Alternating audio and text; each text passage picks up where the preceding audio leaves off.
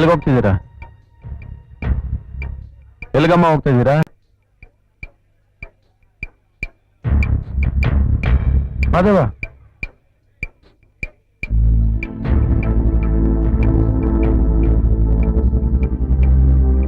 ಏನ್ ಹಾಗೆ ನೋಡ್ತಾ ಇದೀಯಾ?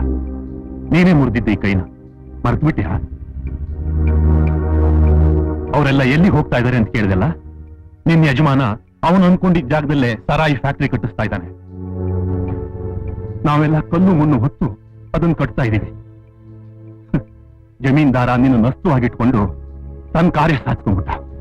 ನೀನು 3 ಜನರಿಂದ ಖಾಲಿ ಪತ್ರಕ್ಕೆ ಹೆಬ್ಬೆಟ್ಟು ಹೊತ್ಕೊಂಡ್ಬಿಟ್ಟೆ.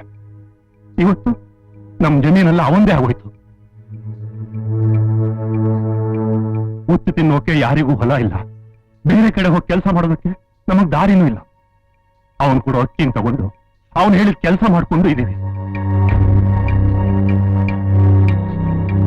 3 ಜನ ನಿನ್ನ ಮೇಲೆ ಎಷ್ಟೊಂದು ಪ್ರೀತಿ ಇಟ್ಕೊಂಡಿದ್ರು, ಅದನ್ನ ದುರುಪಯೋಗ ಪಡಿಸ್ಕೊಂಡ್ಬಿಟ್ಟಿಲ್ಲ.